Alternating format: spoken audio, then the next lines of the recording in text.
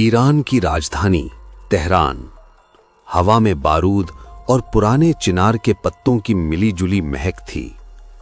शहर की गलियों में सन्नाटा था, लेकिन इत्तलात ईरानी खुफिया एजेंसी के हेडक्वार्टर में हलचल तेज थी। 24 साल की जोया रहीमी एक अंधेरे कमरे में अकेली बैठी थी। उसकी आंखों के नीचे हल्के काले घेरे थे, जो रातों की जागने की गवाही दे रहे थे। मेज पर रखी एक पुरानी तस्वीर को वो बार बार देख रही थी। उसके पिता, जो एक न्यूक्लियर साइंटिस्ट थे और जिनकी हत्या एक संदिग्ध धमाके में कर दी गई थी। उसी दिन जोया की मासूमियत मर गई थी और उसके अंदर देश प्रेम की एक ऐसी आग जल उठी थी जिसे बुझाना नामुमकिन था। दरवाजा खुला। जनरल कासिम रजा अंदर आए। उनका चेहरा सख्त था। जोया, क्या तुम तैयार हो? उन्होंने भारी आवाज में पूछा। जोया खड़ी हुई। उसकी आवाज में जरा भी कंपन नहीं था। मैं उस दिन से तैयार हूं जिस दिन मैंने अपने अब्बू का जनाजा उठाया था। जनरल ने एक फाइल उसके सामने रखी। हमें इजराइल के अंदर एक स्लीपर सेल नहीं, बल्कि एक हार्ट चाहिए। एक ऐसी लड़की जो इजराइल के डिफेंस मिनिस्टर के सबसे करीबी सलाहकार अरियल बेन यहूदा के बिस्तर तक पहुंच सके। वो खतरनाक है, शातिर है और उसे औरतों की परख है। तुम्हें उसे यकीन दिलाना होगा कि तुम सिर्फ उससे प्यार करती हो। अगले 7 महीने जोया के लिए किसी नर्क की तरह थे। उसकी पहचान को धीरे धीरे मिटाया जा रहा था। उसे हिब्रू भाषा की हर गाली, इजराइल के हर शहर की भूगोल और यहूदी धर्म के हर त्योहार के बारे में सिखाया गया। उसे मगावे की कॉम्बैट ट्रेनिंग दी गई ताकि वो बिना हथियार के भी किसी को मार सके। इस ट्रेनिंग के दौरान उसका ट्रेनर था आर्यन। आर्यन लंबा, सांवला और एक कुशल जासूस था। वो जोया का सख्त उस्ताद था, लेकिन जैसे जैसे रातें बीतती गईं, उन दोनों के बीच एक अनकहा रिश्ता पनपने लगा। एक रात जब तेहरान में भारी बारिश हो रही थी, ट्रेनिंग खत्म करने के बाद जोया थक कर जमीन पर गिर पड़ी। आर्यन ने उसका हाथ थामा और उसे ऊपर उठाया। उनकी नजरें मिली। उस ट्रेनिंग सेंटर के एकांत में, जहां सिर्फ मौत की बातें होती थी, वहां जिंदगी अंगड़ाई लेने लगी। आर्यन ने उसे दीवार से सटा दिया। जोया, वहां तुम्हारी जान को हर पल खतरा होगा। एरियल एक जानवर है। क्या तुम वाकई ये कर पाओगी? जोया की सांसें तेज थीं। मुझे करना होगा आर्यन, मेरे मुल्क के लिए। आर्यन ने धीरे से उसके चेहरे को छुआ। काश तुम कोई साधारण लड़की होती और मैं कोई साधारण इंसान। उस रात ट्रेनिंग की सख्ती के बीच एक गहरा और भावुक रोमांस जागा। उनके बीच का प्यार उस डर से उपजा था कि शायद वे फिर कभी न मिले। आर्यन के स्पर्श में एक तड़प थी और जोया ने उस रात को अपनी यादों में कैद कर लिया। वो जानती थी कि कल से उसे अपनी रूह किसी और को सौंपने का नाटक करना होगा। महीनों बाद जोया एक पेरिस की फ्लाइट से तेल अवीव के बेन गुरियन एयरपोर्ट पर उतरी। अब वो जोया नहीं थी। उसके पासपोर्ट पर नाम था सारा कोहेन। उसने अपने बाल हल्के भूरे करवा लिए थे और उसकी आंखों में अब वो ईरानी तपिश नहीं, बल्कि एक यूरोपीय चंचलता थी। तेल अवीव की रातें रंगीन थीं। समंदर की लहरों का शोर और पबों से आती तेज आवाजें।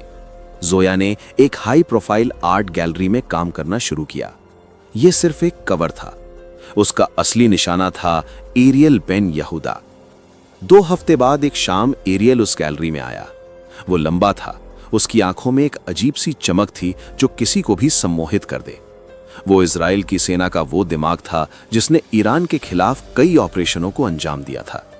जोया ने बड़ी चतुराई से उससे बात शुरू की। ये पेंटिंग जो आप देख रहे हैं, इसमें जो अकेलापन है वो इजराइल के रेगिस्तान जैसा है, उसने बड़ी मासूमियत से कहा। एरियल रुक गया। उसने जोया को ऊपर से नीचे तक देखा। उसकी निगाहें जोया के चेहरे पर ठहर गईं। तुम्हारी आवाज में एक अजीब सा ठहराव है सारा। तुम यहां की नहीं लगती। जोया मुस्कुराई। मैं कहीं की भी नहीं हूं, बस खूबसूरती की तलाश में यहां आ गई। अगले 1 महीने तक एरियल और जोया के बीच मुलाकातों का सिलसिला शुरू हुआ। एरियल उसे महंगे रेस्टोरेंट्स में ले जाता, समंदर के किनारे अपनी प्राइवेट यॉट पर ले जाता। उनके बीच का रोमांस धीरे धीरे परवान चढ़ने लगा। एक रात एरियल की हवेली में, जो समंदर के ठीक किनारे थी, संगीत की मध्यम धुन बज रही थी। एरियल ने जोया को अपनी बाहों में लिया। सारा, मैंने अपनी जिंदगी में बहुत सी औरतें देखी हैं, लेकिन तुम्हारे जैसा सस्पेंस किसी में नहीं देखा। उसने जोया की गर्दन पर धीरे से चूमते हुए कहा, तुम्हारे जिस्म से जो महक आती है वो मुझे किसी पुरानी याद की तरफ ले जाती है। जोया का दिल तेजी से धड़क रहा था। वो एरियल के करीब थी, उसकी बाहों में थी, लेकिन उसका दिमाग उस तिजोरी की तरफ था जो एरियल के बेडरूम के पीछे छिपी थी। वहां रोमांस और साजिश का एक अद्भुत संगम था। जोया को एरियल के करीब होने का नाटक करना था, लेकिन उसकी हर छुअन जोया को उसके मिशन की याद दिलाती थी। एरियल उसे चूमता, उसके साथ वक्त बिताता और जोया अपनी भावनाओं को मारकर उसके विश्वास को जीतती रही। वो इतनी गहराई से इस किरदार में डूब गई थी कि कभी-कभी उसे खुद लगने लगता कि वो सारा है। एक तूफानी रात को एरियल एक जरूरी मीटिंग के लिए बाहर गया। जोया के पास यही मौका था। उसने अपने दस्ताने पहने और एरियल के गुप्त कमरे में घुस गई। उसके हाथ कांप रहे थे, लेकिन उसके दिमाग में आर्यन की बातें गूंज रही थीं। उसने तिजोरी का कोड हैक किया जो एरियल की पहली पत्नी की मौत की तारीख थी। तिजोरी खुली, अंदर ऑपरेशन सनराइज की फाइलें थीं। इजराइल का वो प्लान जिसके तहत वे ईरान के 7 शहरों पर एक साथ हमला करने वाले थे। जोया ने जल्दी जल्दी अपने माइक्रो कैमरे से फोटो खींचनी शुरू की। बस 5 मिनट और, उसने खुद से कहा, लेकिन तभी कमरे की बत्तियां जल उठीं। जोया का खून जम गया। वो धीरे से पलटी। दरवाजे पर एरियल खड़ा था, लेकिन वो अकेला नहीं था। उसके साथ इजराइल की इंटरनल सिक्योरिटी सर्विस के 6 नकाबपोश एजेंट थे। एरियल के चेहरे पर अब वो आशिकाना अंदाज नहीं था। उसकी आंखों में एक बर्फीली क्रूरता थी। उसने जोया के हाथ से कैमरा छीना और उसे एक जोरदार तमाचा मारा। जोया जमीन पर गिर पड़ी। एरियल उसके पास नीचे झुका और उसके बाल पकड़कर उसका चेहरा ऊपर उठाया। क्या तुम्हें वाकई लगा कि मोसाद का सबसे बड़ा रणनीतिकार एक आर्ट गैलरी की लड़की के प्यार में पड़ जाएगा? सारा या जोया रहीमी? जोया की आंखें फटी रह गईं। उसे समझ आ गया कि वो फंस चुकी है। वो पहले दिन से ही उनके राडार पर थी। एरियल ने उसके कान के पास झुककर फुसफुसाया, तुमने मुझे धोखा देने की कोशिश की। अब मैं तुम्हें सिखाऊंगा कि जब कोई इजराइल के साथ खेलता है तो उसका क्या हश्र होता है। उसे घसीटते हुए बाहर ले जाया गया।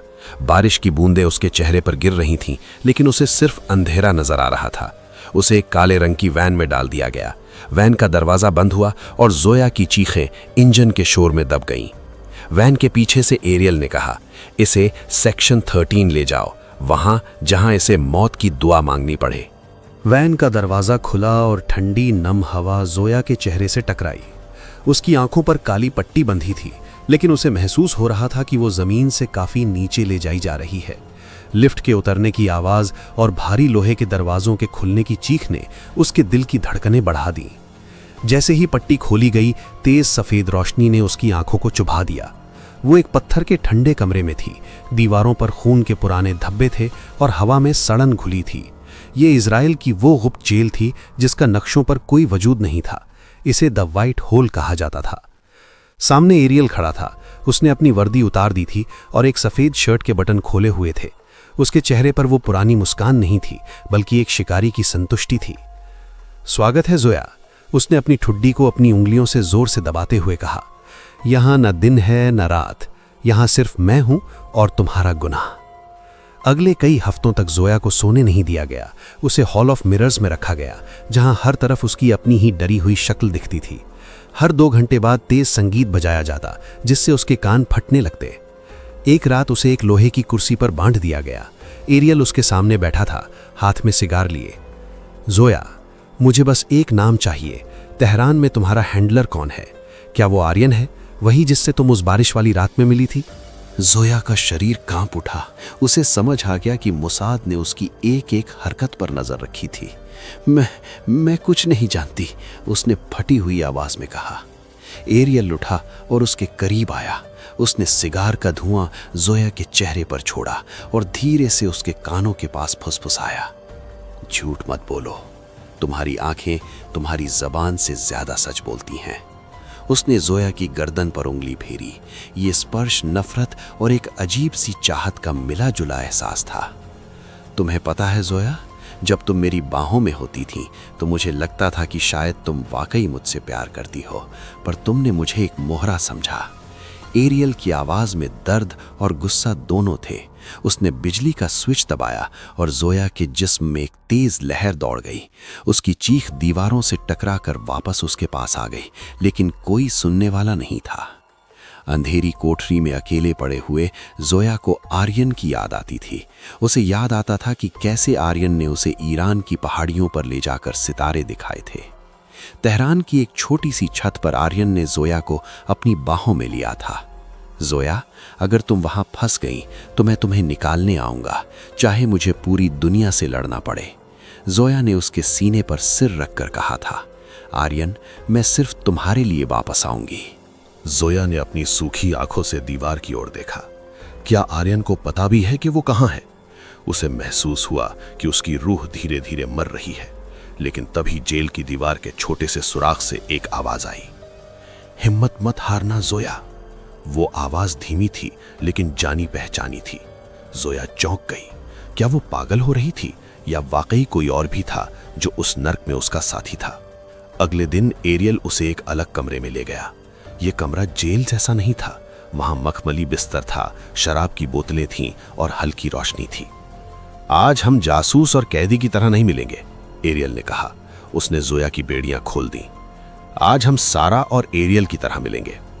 उसने जोया के लिए वाइन का एक ग्लास भरा। जोया, मेरे पास एक ऑफर है। ईरान ने तुम्हें मरा हुआ मान लिया है। उन्होंने तुम्हारी फाइल जला दी है। तुम उनके लिए अब सिर्फ एक गद्दार हो।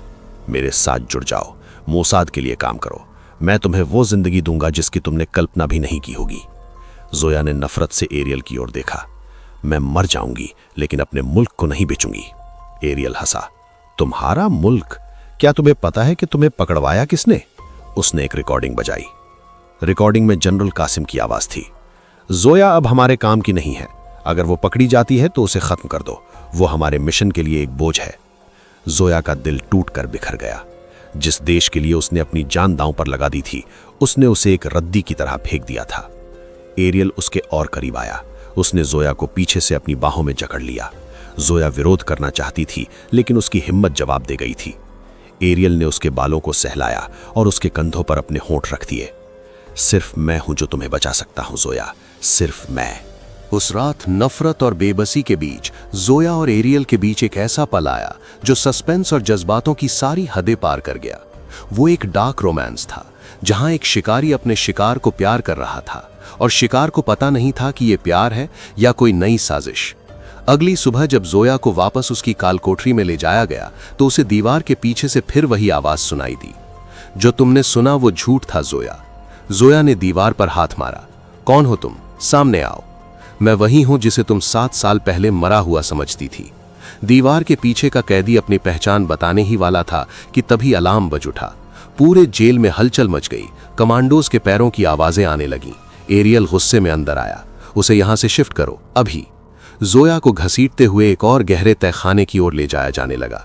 भागते भागते उसने एक झलक उस कैदी की देखी जिसकी आवाज वो सुन रही थी। उसकी आंखें फटी रह गईं। वो शख्स कोई और नहीं, उसके अब्बू थे। जोया का दिमाग चकरा गया। उसके पिता जिंदा थे और वे इजराइल की जेल में क्या कर रहे थे? क्या ईरान ने उन्हें बेचा था या इजराइल ने उन्हें अगवा किया था? एरियल ने उसे जोर से धक्का देकर एक लोहे के पिंजरे में डाल दिया। तुमने बहुत कुछ जान लिया है जोया। अब तुम यहां से कभी बाहर नहीं निकल पाओगी। यहां की मिट्टी ही तुम्हारा कफन बनेगी। पिंजरे का दरवाजा बंद हुआ। जोया चिल्लाती रही, अपने पिता का नाम पुकारती रही, लेकिन अंधेरा गहराता गया। उसे समझ आ गया कि वो एक ऐसी साजिश का हिस्सा बन गई है जो उसके देश, उसके प्यार और उसकी पहचान से कहीं बड़ी है। जोया उस लोहे के पिंजरे में बेसुध पड़ी थी। उसके दिमाग में सिर्फ एक ही तस्वीर घूम रही थी, उसके अब्बू। वे जिंदा थे। इजराइल ने उन्हें सालों से इस नर्क में छिपा कर रखा था क्योंकि वे एक ऐसे कोल्ड फ्यूजन फॉर्मूले के मालिक थे जो दुनिया की ऊर्जा राजनीति को बदल सकता था। तभी भारी जूतों की आवाज गूंजी। एरियल अंदर आया। उसके हाथ में एक रेशमी लिबास था और चेहरे पर एक अजीब सी नरमी। उसने जोया की बेड़ियां खोल दी। आज तुम्हारी आखिरी परीक्षा है जोया, एरियल ने उसे सहारा देकर उठाते हुए कहा। उसकी आवाज में एक नशा था। तुम्हारे पिता को आज मार दिया जाएगा अगर तुमने मेरी बात नहीं मानी, लेकिन अगर तुम मेरी हो जाओ तो मैं उन्हें और तुम्हें इस देश से दूर एक नई पहचान दे दूंगा। एरियल उसे अपने आलिशान निजी कक्ष में ले गया जो जेल के ऊपरी हिस्से में बना था। वहां का नजारा नीचे के नर्क से बिल्कुल अलग था। चारों तरफ मोमबत्तियां जल रही थीं, मखमली कालीन बिछे थे और हवा में कस्तूरी की महक घुली थी। एरियल ने जोया को नहलाने के लिए दासी भेजी और फिर उसे वो रेशमी लिबास पहनाया गया। जब वो बाहर आई तो एरियल उसे देखता रह गया। वो उसके पास आया और उसके गीले बालों को अपने हाथों में भर लिया। तुम एक जासूस के रूप में सुंदर थीं, लेकिन हार मान चुकी औरत के रूप में तुम कातिल लग रही हो, एरियल ने उसके कानों के पास फुसफुसाते हुए कहा। उसने जोया को अपनी ओर खींचा। जोया के मन में नफरत थी, लेकिन उसके शरीर में एक अजीब सी शिथिलता थी। एरियल ने उसके होठों को छुआ। वो स्पर्श कड़वा था, लेकिन उसमें एक जुनून था। जोया ने अपनी आंखें बंद कर लीं। वो एरियल के करीब गई। उसका हाथ एरियल की छाती पर था। वो उसे लुभाने का नाटक कर रही थी ताकि वो उसके पास मौजूद सिक्योरिटी पास चुरा सके। उनके बीच का वो रोमांस आग की तरह था, खतरनाक और भस्म कर देने वाला। एरियल उसे चूमता रहा, उसके जिस्म के हर कोने को अपनी जागीर समझने लगा। जोया ने उसे अपनी बाहों में भर लिया, लेकिन उसकी नजर एरियल की कमर पर बंधे पिस्तौल और पास पर थी। उस पल में रोमांस, साजिश और मौत तीनों एक साथ नाच रहे थे। तभी अचानक पूरी जेल का अलार्म बज उठा। गोलियों की आवाजें आने लगीं। एरियल चौंक कर खड़ा हुआ। ये क्या है? धमाका हुआ और कमरा धुएं से भर गया। धुएं के बीच से एक साया निकला। वो आर्यन था, लेकिन वो अकेला नहीं था। उसके साथ ईरान के सबसे घातक कुद्स फोर्स के कमांडो थे। जोया! आर्यन चिल्लाया। उसकी आंखों में जोया को एरियल की बाहों में देखकर एक बिजली सी कड़की। एरियल ने अपनी गन निकाली, लेकिन जोया ने तेजी से उसके हाथ पर वार किया। एरियल जमीन पर गिरा। आर्यन जोया के पास पहुंचा और उसे अपने सीने से लगा लिया। मैं तुम्हें लेने आ गया मेरी जान। उसने अपने माथे को चूमा। उस पल की तड़प और प्यार ने जेल की उस ठंडी हवा को भी गर्म कर दिया। जोया ने आर्यन के गले लगकर अपनी सारी सिसकियां निकाल दी। अब्बू, अब्बू यही हैं आर्यन। वे नीचे के तहखाने की ओर भागे, जहां जोया के पिता कैद थे। उन्होंने उन्हें आजाद कराया, लेकिन जैसे ही वे बाहर निकलने वाले थे, आर्यन अचानक रुक गया। उसने अपनी बंदूक जोया के पिता की ओर तान दी। जोया सन्न रह गई। आर्यन, ये तुम क्या कर रहे हो? आर्यन के चेहरे पर अब वो प्यार नहीं था।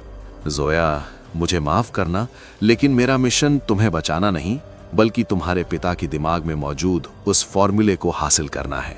ईरान की सरकार ने कहा है कि अगर फॉर्मूला न मिले तो डॉक्टर रहीमी को जिंदा वापस नहीं ले जाना है। जोया का दिल फट गया।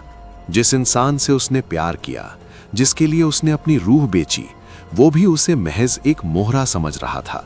पीछे से घायल एरियल लंगड़ाते हुए आया। वो हंसने लगा। देखा जोया, मैंने कहा था ना, तुम्हारा देश तुम्हें सिर्फ एक कचरा समझता है। आर्यन यहां तुम्हें बचाने नहीं, तुम्हें खत्म करने आया है अगर तुम काम ना आई। अब जोया के बीच दो मर्द थे। एक उसका पुराना प्यार, जो अब उसका कातिल बन चुका था, और दूसरा उसका दुश्मन, जिसने उसे टॉर्चर किया, लेकिन शायद उससे सच में प्यार करने लगा था। आर्यन ने ट्रिगर दबाने की कोशिश की, लेकिन जोया ने उससे पहले ही अपनी छिपाई हुई खंजर आर्यन के गले में उतार दी। आर्यन की आंखों में हैरानी थी। वो जमीन पर गिर पड़ा। उसका खून जोया के पैरों पर फैल गया। जोया ने उसे मरते हुए देखा। उसका पहला और आखिरी प्यार अब उसकी नफरत बन चुका था।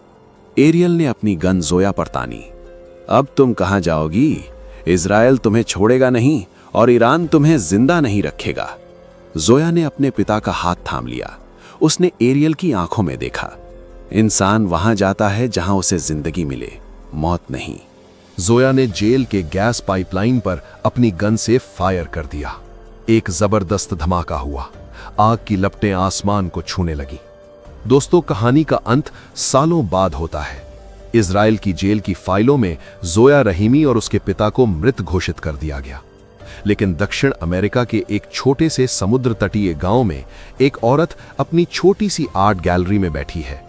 उसके पास एक बूढ़ा आदमी है जो शांति से अखबार पढ़ रहा है। औरत की आंखों में आज भी एक सस्पेंस है। तभी दरवाजा खुलता है। एक लंबा आदमी अंदर आता है। उसके चेहरे पर एक पुराना निशान है। वो कोई और नहीं, एरियल था, जो उस धमाके में बच गया था और इजराइल की सेना छोड़कर जोया की तलाश में पूरी दुनिया छान चुका था। वो जोया के सामने खड़ा होता है। दोनों की नजरें मिलती हैं। एरियल ने एक गुलाब जोया की मेज पर रखा और धीमी आवाज में कहा, सारा, तुम्हारी आंखों का सस्पेंस आज भी कम नहीं हुआ। जोया मुस्कुराई। एक ऐसी मुस्कान जिसमें दर्द, रोमांस और जीत तीनों शामिल थे। उसने एरियल का हाथ थामा और समंदर की लहरों की ओर देखने लगी। जेल की दीवारें पीछे छूट गई थीं, लेकिन उस ईरानी लड़की की कहानी आज भी उस नर्क की हवाओं में गूंजती है जहां उसने मौत को हराकर जिंदगी चुनी थी।